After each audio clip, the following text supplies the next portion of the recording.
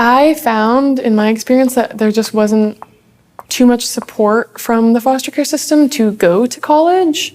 Like so many of our students, Rachel was facing barriers to reaching her goals.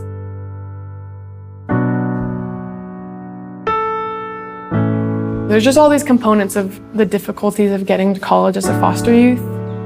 I think there can be a lot of shame wrapped up in your story and where you come from. When you lack support, you can't really thrive. We know that less than 10% of students with foster care experience end up going on to college and completing a bachelor's degree. And that is largely due to financial barriers. It was hard. I was like 19 in Seattle, trying to live and work and broke, and it was really difficult. I, to this day, don't think I would have gone to school if I hadn't gotten a scholarship.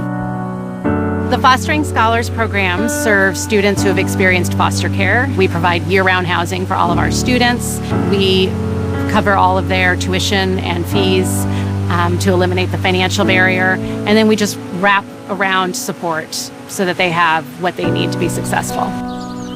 I feel like for the first time in a while, I had felt safe and supported, and when you get that experience, you can start developing yourself more in terms of who am I, rather than surviving all the time. And to be able to think big about their goals and to achieve those. I wouldn't have been able to dedicate myself as much. I would have emotionally and mentally been in a completely different space. And so the scholarships in every capacity, it was life-changing. I really loved my education. I really got to study whatever I wanted to. I was interested in somatic therapy. I was interested in meditation. For her to come here to Seattle U with the support of our program, I think it just opened her eyes to what was possible. What feels like an individualized sense of education, as well as being in a community. I think it's just really important to be able to get curious about all the things that we're already curious about. Definitely feel super lucky that SU was supportive of that. I actually got to write about all of those things. I think that the stories that we tell really reflect our perspectives and our presence in the world. Definitely laid the groundwork for who I am now and what I hope to do next. I really love the educational components that SU brings in, a little bit less traditional, I would say. Overall, I feel it gave me just the space and the foundation to just process my experiences, and that was really beneficial and something that still continues to evolve. Our education really helps students to do that discernment around their own professional formation.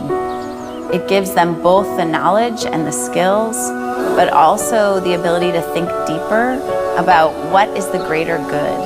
Fostering Scholars definitely was the reason I was able to do that.